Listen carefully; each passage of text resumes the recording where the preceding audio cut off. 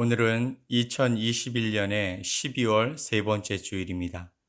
우리 다 같이 마음을 모아 기도하심으로 하나님께 예배드리며 나아가겠습니다. 함께 기도합시다. 거룩하다, 거룩하다, 거룩하다. 주 하나님 곧 전능하시니요. 전에도 계셨고 이제도 계시고 장차 오실 이시라. 오직 주만 거룩하시니이다. 주의 의로우신 일이 나타났음에 만국이 와서 주께 경배하리이다. 아멘.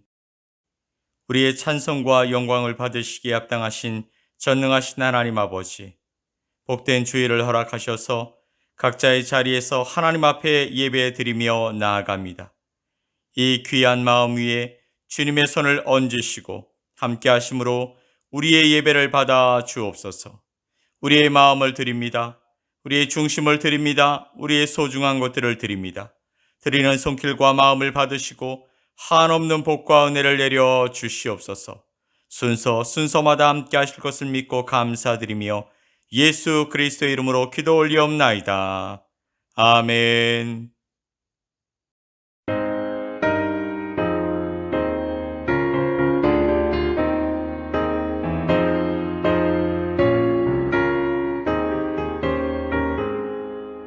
찬양하라 복되신 구세주 예수 백성들아 사랑을 전하세 경배하라 하늘의 천군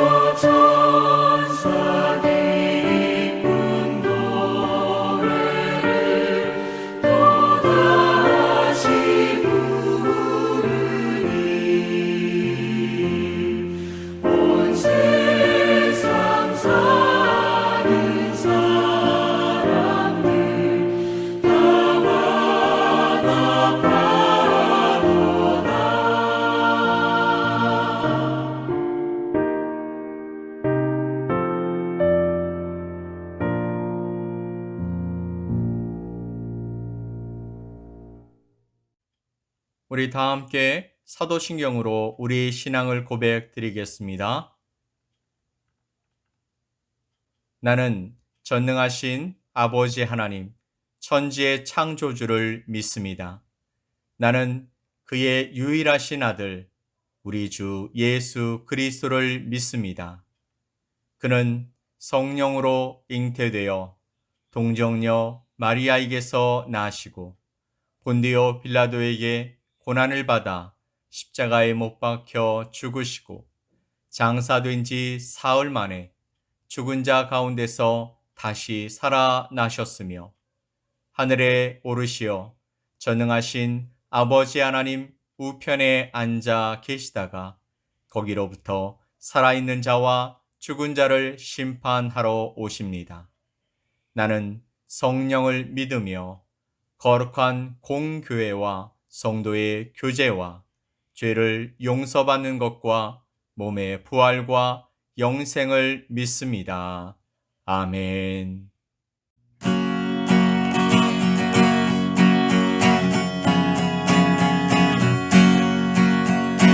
전능왕 오셔서 주 이름 찬송케 하옵소서. 영광과 권능의 성부여 오셔서 우리를 다스려 주옵소서. 항생한 성자여 오셔서 기도를 들으소서. 택하신 백성들 복 내려주시고 거룩한 마음을 주옵소서. 위로의 주 성령 오셔서 큰 증거 주옵소서. 전능한 주시여 각 사람 맘에서 떠나지 마시고 계십소서.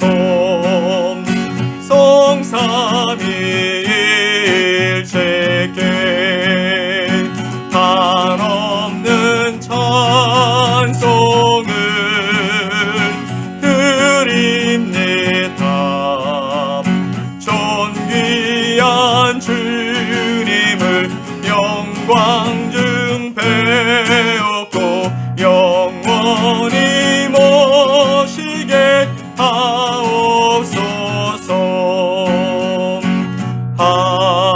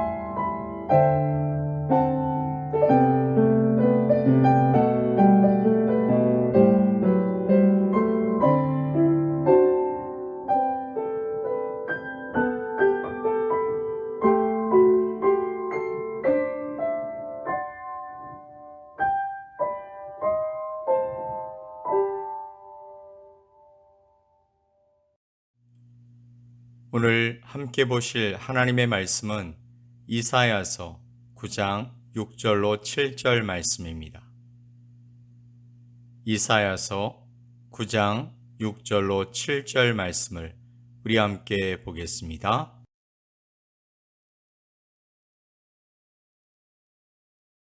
이는 한 아기가 우리에게 낳고 한 아들을 우리에게 주신 바 되었는데 그의 어깨에는 정사를 메었고 그의 이름은 기묘자라 모사라 전능하신 하나님이라 영존하시는 아버지라 평강의 왕이라 할 것임이라. 그 정사와 평강의 더함이 무궁하며 또 다윗의 왕자와 그의 나라에 군림하여 그 나라를 굳게 세우고 지금 이후로 영원히 정의와 공의로 그것을 보존하실 것이라. 만군의 여호와의 열심히 이를 이루시리라. 아멘. 오늘 우리가 읽은 이사야서는 BC 700년경에 활동했던 이사야 선지자가 기록한 예언서입니다. 총 66장으로 구성되어 있고 흥미롭게도 내용을 분석해 보면 전체적으로 예수 그리스도에 관한 예언의 말씀이 자주 등장하고 있는 아주 중요한 예언서입니다. 그 중에서 오늘 9장의 말씀을 살펴보면 예수님이 장차 육신을 입고 이 땅에 오실 것을 예언했습니다. 9장은 예수님께서 어떤 분이시며 그리고 어떤 일을 하실 것인지를 증거하고 있습니다. 그런데 흥미롭게도 예수님의 별명을 열거하면서 그의 말씀을 이어가고 있다는 것이죠. 이사야서 9장 6절 말씀을 우리 함께 읽어볼까요?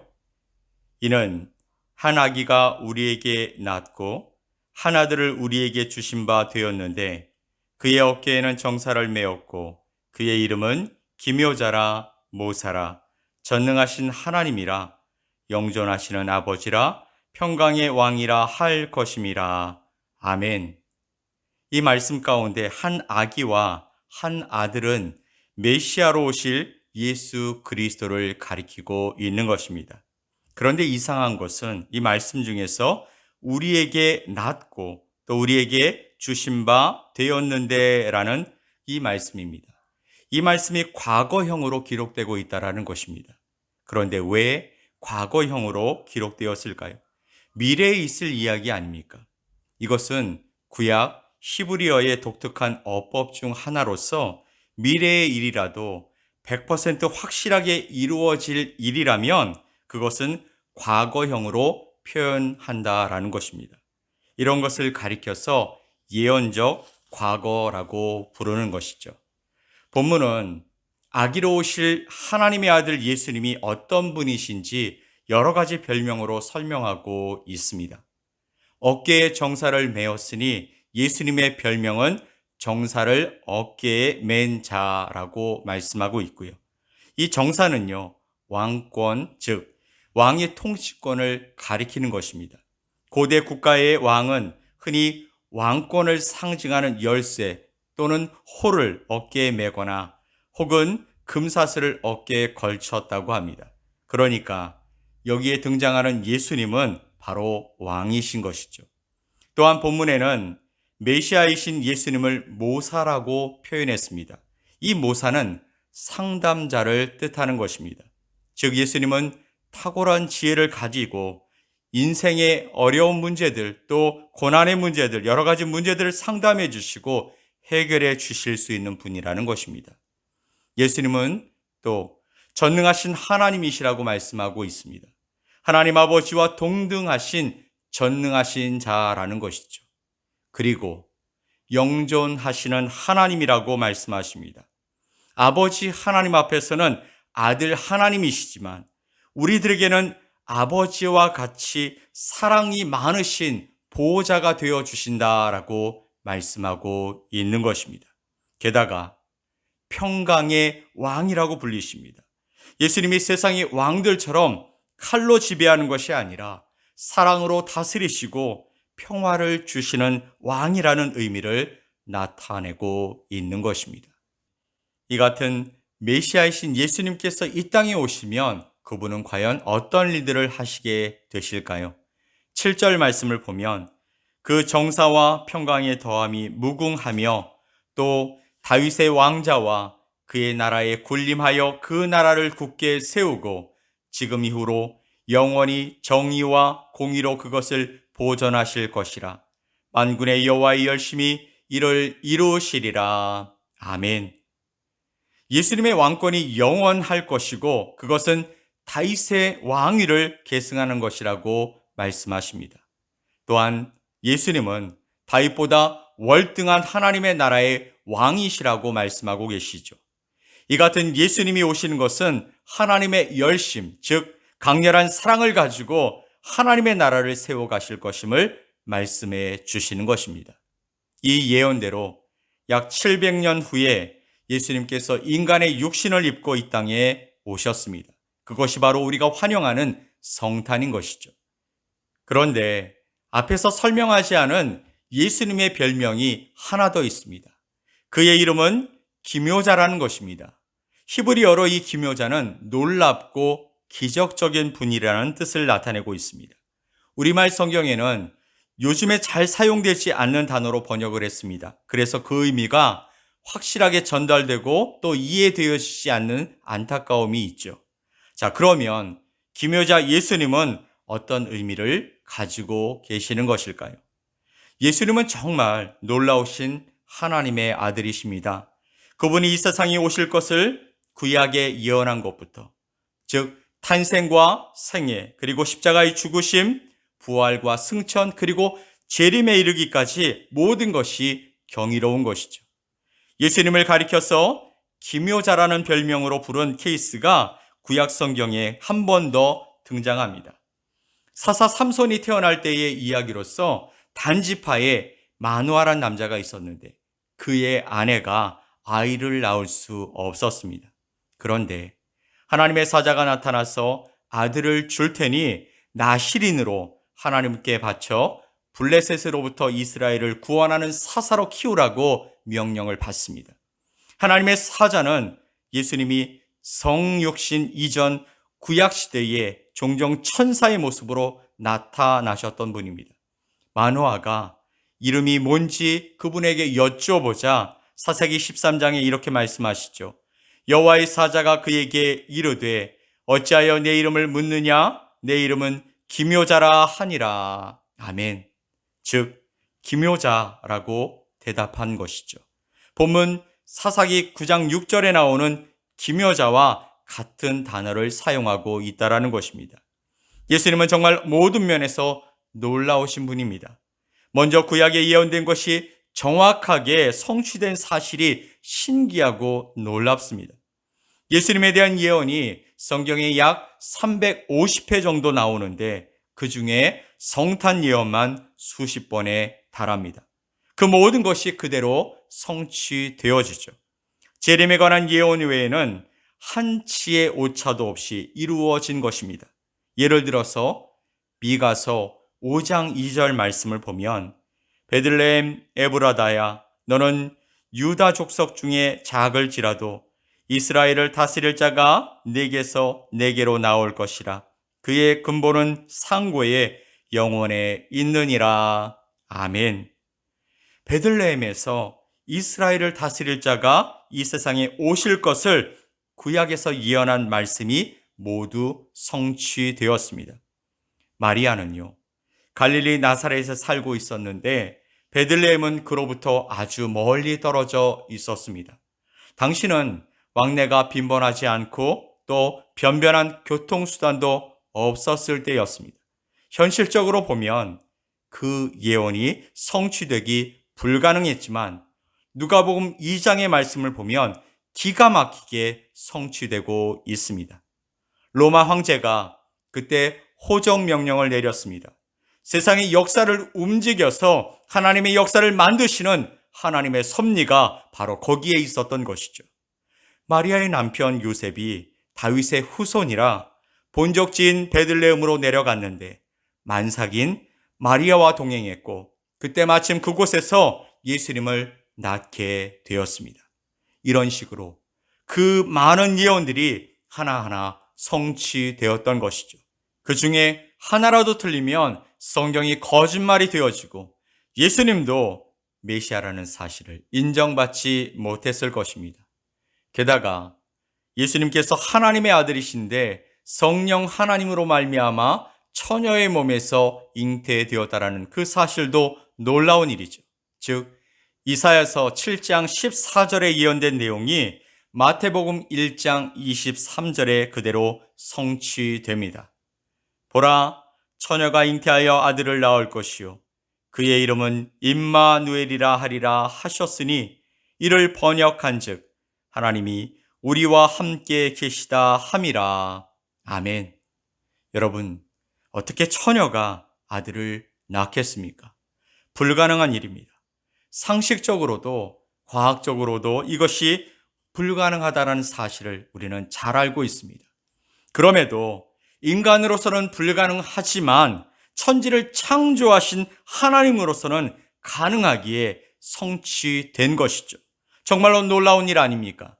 인간의 죄를 대신 용서하시기 위해 이 땅에 오신 하나님의 아들은 죄가 없으신 인간의 몸으로 이 세상에 오셔야 했기 때문에 하나님은 이런 방법을 택하셨던 것이죠. 또한 예수님이 공생애를 보내실 때 하신 말씀을 보면 하나같이 놀라운 것들이었습니다. 당시 백성들이 감탄에 감탄을 거듭했습니다. 마태복음 7장의 말씀을 보면 예수께서 이 말씀을 마치심에 무리들이 그의 가르치심에 놀라니 이는 그 가르치시는 것이 권위 있는 자와 같고 그들의 서기관들과 같이 아니함일러라. 아멘. 그리고 예수님의 사역을 보면 역시 놀라운 것들이었습니다. 예수님이 제자들과 함께 갈릴리 바다를 항해하시는데 광풍이 불어서 거친 파도가 쳐 올라왔습니다. 제자들은 당황했고 두려워했지만 예수님께서 파도에게 명령하시니 곧 잠잠하게 되었다라고 말씀하시죠. 그러자 제자들은 마태복음 8장 말씀에서 그 사람들이 놀랍게 여겨 이르되 이가 어떠한 사람이기에 바람과 바다도 순종하는가 하더라. 아멘. 마가복음 5장의 말씀을 보면 귀신 들린 거라사인의 이야기가 나옵니다. 예수님께서 그 사람의 귀신을 쫓아주셔서 그가 온전하게 되었는데 그 사람이 치유된 후에 간증을 하고 다니니까 어떤 반응이 있었냐면 마가복음 5장 20절 말씀에 그가 가서 예수께서 자기에게 어떻게 큰일 행하셨는지를 데가볼리에 전파하니 모든 사람이 놀랍게 여기더라. 아멘. 그 간증을 듣는 모든 사람이 놀랐다라는 말씀입니다. 예수님의 전생에는 모든 것이 놀랍고 놀라움의 연속이었습니다. 그런데 그 중에서도 가장 놀라운 사건은 바로 십자가의 죽음이었던 것이죠. 빌라도 총독은 예수님께 무죄를 선언했지만 유대인들의 저항으로 빌라도가 십자가형을 집행하게 했습니다. 그런데 놀랍게도 하나님은 이를 사용해서 인류의 모든 죄를 대신 용서하시는 대속의 십자가 복음을 이루게 하셨던 것이죠. 그래서 누구든지 예수님이 나의 죄를 지고 십자가의 죽으심을 믿게 되었으면 죄사함을 받고 영생을 얻게 해 주신 것입니다. 이것은 하나님의 공의도 세우고 또한 사랑도 세우면서 인간을 구원한 놀라운 사건인 줄 믿습니다. 아멘. 그리고 십자가에 달려 죽으신 예수님께서 사흘 만에 부활하셨습니다. 사망의 권세를 예수님께서 이기신 것이죠. 그리고 하나님의 나라로 올라가셨습니다. 죽은 자가 다시 살아나는 것, 또 부활하신 몸으로 하나님의 나라에 올라가신다라는 사실이 얼마나 놀라운 일이겠습니까? 하나님의 보좌 우편에 계신 예수님은 우리에게서 멀리 계신 것 같지만 그럼에도 우리와 함께 가까이 계실 수 있는 이유가 있다라면 그것은 하나님의 영이시요 또 예수님의 영이신 성령님을 우리에게 보내주셨기 때문입니다. 성령께서 믿는 자들의 마음에 와 계시기 때문이라는 것이죠. 이 또한 신비롭고 놀라운 일이 아닐 수 없습니다. 게다가 하나님의 보좌 우편에 계신 예수님은 장차 다시 오실 것입니다. 성경은 신자든 불신자든 모든 사람이 그 광경을 보게 될 것이라고 말씀해 주셨습니다. 그때 예수님을 믿고 하나님의 백성된 우리는 영광의 몸으로 부활하여 영원한 천국에서 사랑하는 주님과 함께 지내게 될 것인 줄 믿습니다. 아멘.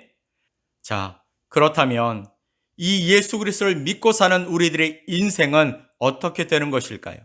당연한 말이겠지만 놀라우신 예수 그리스도로 말미암아 우리의 인생에 놀라운 변화가 일어나게 된다라는 것입니다. 고린도후서 5장 17절 말씀에서 바울은 그리스도인의 삶이 얼마나 놀랍게 변화되는지에 대해서 말했습니다. 우리 함께 읽어볼까요? 그런즉 누구든지 그리스도 안에 있으면 새로운 피조물이라. 이전 것은 지나갔으니 보라 새 것이 되었도다. 아멘. 그리스도 안에서 새로운 창조가 이루어진다라는 말씀입니다. 이전에는 죄로 인해서 비참하고 멸망할 인생이었지만 이제는 하나님의 사랑을 입고 또 영생을 누리는 명품 인생이 되었다라는 것이죠. 이런 변화는 비단 개인의 인생뿐만이 아닌 것이죠. 가정도 사회도 국가도 더 나은 변화를 경험하게 되는 것입니다. 개인의 인생도 예수님을 만나기 전과 예수님을 만난 후가 나뉘어지게 되는 것입니다. 가정도 예수님이 주인이 되시기 전과 주인 되신 후가 다르게 되는 것이죠. 나라도 예수님이 전해지기 전과 후가 나누어지게 됩니다. 저는 개인적으로 우리 대한민국이 예수님이 전해지기 전과 후가 엄청난 차이가 있다라고 믿고 있습니다. 세계가 놀란 한강의 기적은 우리 민족의 역량이기도 하지만 예수님을 믿고 영접한 우리 선대로부터 우리에게까지 이어진 하나님의 축복이기 때문입니다. 우리는 성경에서 놀라우신 예수님과 그분으로 인해 변화된 놀라운 인생들의 이야기를 수없이 읽고 또한 보고 있습니다. 요한복음 4장의 말씀을 보면 사마리아 여인의 이야기가 나오죠. 그녀는 연거푸 5번이나 결혼에 실패합니다. 그럼에도 불구하고 그는 결혼 생활에 대한 미련을 가지고 있었습니다. 그래서 예수님을 만난 지금도 또 다른 결혼 생활을 이어가고 있었던 것이죠. 하지만 그것이 그녀를 괴롭히는 목마름 같은 것이었습니다. 육신을 위해 마셔야 하니까 하는 수 없이 우물가에 나와 물을 깃지만 동네 사람들의 이목을 피해서 한낮 정오에 나오는 인생이 얼마나 고달프겠습니까? 그런데 그런 고달픈 인생 가운데 예수님이 찾아오셔서 예수님을 만나게 되었던 것이죠. 그리고 그녀를 불쌍히 여기신 예수님이 이렇게 말씀해 주십니다. 요한복음 4장에 예수께서 대답하여 이르시되 이 물을 마시는 자마다 다시 목마르려니와 내가 주는 물을 마시는 자는 영원히 목마르지 아니하리니 내가 주는 물은 그 속에서 영생하도록 솟아나는 샘물이 되리라. 아멘. 예수님을 모르는 인생은 육신의 물만 마시고 살아갑니다. 하지만 아무리 마셔도 계속 갈증을 느끼게 되는 것이죠. 인간은 육신뿐만 아니라 영혼을 가진 존재이기 때문입니다. 육신의 만족은 그때뿐이지만 영혼이 만족해야 참된 평안과 안식과 만족을 가지게 되는 것입니다. 즉 예수님을 만나야 영혼이 채워지고 만족할 수 있게 된다는 것이죠. 사마리아 여인은 예수님을 영접한 후 놀라운 변화를 경험했습니다. 사실 환경이나 조건은 달라진 것이 아무것도 없었습니다. 하지만 그 영혼이 변화되니 인생이 변화된 것이죠. 물동이를 버려두고 동네 사람들에게 찾아가서 예수님이 메시아이심을 증거하더라는 것입니다. 사람들을 피해 다니던 그가 이제 담대하게 다른 사람들에게 행복을 전해주는 인생으로 변화될 수 있었던 그 이유가 바로 예수 그리스도를 만났기 때문인 것이죠. 바울도 예수님을 핍박하던 열심을 가졌던 사람이었지만 예수님을 만난 이후에 그의 인생이 송두리째 변화되었습니다. 이름만 사울에서 바울로 변화된 것이 아니라 인생 전체가 변화되었다라는 것이죠. 오히려 그는 세상적인 성공 조건들을 다 잃어버렸는데도 기뻐했습니다. 그리고 그 복음을 증거하기 위해서 감옥에 가는 것이나 고난을 당하는 것, 그것도 마다하지 않았던 그런 삶을 살았던 사람이죠. 빌립보서 4장에 이렇게 말씀하고 있습니다. 내가 궁핍함으로 말하는 것이 아니니라. 어떠한 형편에든지 나는 자족하기를 배웠나니 나는 비천에 처할 줄도 알고 풍부에 처할 줄도 알아. 모든 일 곧 배부름과 배고픔과 풍부와 궁핍에도 처할 줄 아는 일체의 비결을 배웠노라. 내게 능력 주시는 자 안에서 내가 모든 것을 할 수 있느니라. 아멘. 그는 육신적으로 궁핍하던 또한 풍부하던 어떤 조건 속에서도 자족한다라고 간증하고 있는 것이죠. 왜냐하면 예수님이 그와 함께 하시기 때문이었습니다. 이런 변화는 단순히 결심하고 또 노력하는 수양이나 수련과는 전혀 다른 것입니다. 진정한 변화는 오직 예수 그리스도 안에서 성령의 능력으로만 가능한 줄 믿습니다. 아멘. 그것은 성령께서 내 안에 들어오셔서 내 인생을 이끌어 가시는 것입니다. 이것이 내가 주님 안에 또한 주님의 내 안에 있는 신령한 연합 관계로 살아가는 것입니다. 갈라디아서 2장 20절 말씀을 보면 내가 그리스도와 함께 십자가에 못 박혔나니 그런즉 이제는 내가 사는 것이 아니요 오직 내 안에 그리스도께서 사시는 것이라. 이제 내가 육체 가운데 사는 것은 나를 사랑하사 나를 위하여 자기 자신을 버리신 하나님의 아들을 믿는 믿음 안에서 사는 것이라. 아멘. 사랑하는 성도 여러분, 저와 여러분은 어떠십니까? 김여자 예수님으로 말미암아 행복하십니까? 또한 예수님 때문에 변화되셨습니까? 인생의 참된 변화는 오직 예수 그리스도를 만남으로 이루어지는 줄 믿습니다. 아멘. 사랑하는 성도 여러분, 여러분은 정말 구원받은 하나님의 백성이십니까? 그렇다면 왜 하나님께서 우리를 이 세상에 여전히 남겨두시는 것일까요? 우리가 아직 이 세상에 남아있는 이유는 증인의 사명 때문입니다. 누구의 증인일까요? 바로 예수님이시죠. 그런데 예수님은 지금 우리가 보여드릴 수 없는 분입니다. 하지만 예수님을 세상에 보여줄 수 있는 아주 분명한 증거가 있습니다. 그것은 바로 김효자 예수님 때문에 변화된 저와 여러분인 줄 믿습니다. 김효자 예수님을 만나 변화된 우리가 바로 그 증거라는 것이죠. 내가 예수님을 만나기 전에는 어떤 사람이었고 예수님을 만난 후에는 어떻게 변화되었는지 그 모습을 통해서 예수님이 어떤 분이신지 증명할 수 있게 된다는 것입니다. 그러니 정말 잘 살아가야 할 줄 믿습니다. 그렇게 여러분은 그 증인으로 살아가고 계십니까? 성탄의 계절, 사람들은 전혀 다른 것을 생각하고 기대하며 즐거움을 찾고 있을 때 우리는 우리의 삶의 주인 되신 예수님을 드러내고 증거하는 아름다운 증인이 될 수 있게 되기를 예수 그리스도의 이름으로 간절히 부탁을 드립니다. 내가 만난 예수님을 제대로 보여주기 위해서는 우리는 우리 주님이 내게 부탁하신 삶을 살아내야 하는 것이죠. 그것이 우리 하나님이 기대하고 계신 참된 성탄을 맞이하고 살아내는 것인 줄 믿습니다. 그렇게 이번 성탄을 준비하고 살아내는 우리 모두가 될 수 있기를 예수 그리스도의 이름으로 간절히 부탁드립니다. 아멘. 우리 함께 기도합시다. 우리에게 김여자 예수 그리스도를 보내주신 사랑의 하나님 아버지 감사합니다. 복된 주일 아침 하나님을 사랑하고 예수 그리스도의 은혜와 성령님의 역사하심을 기대하며 나와 예배드리는 주님의 자녀들 가운데 좌정해 주셔서 우리의 예배를 받아 주시옵소서. 오늘 예배 가운데 김여자로 오신 예수님 때문에 놀라운 인생의 변화가 찾아오게 하시고 주를 위한 삶을 살아가는 우리들이 되게 하여 주시옵소서. 이제 2021년의 시간이 얼마 남지 않았습니다.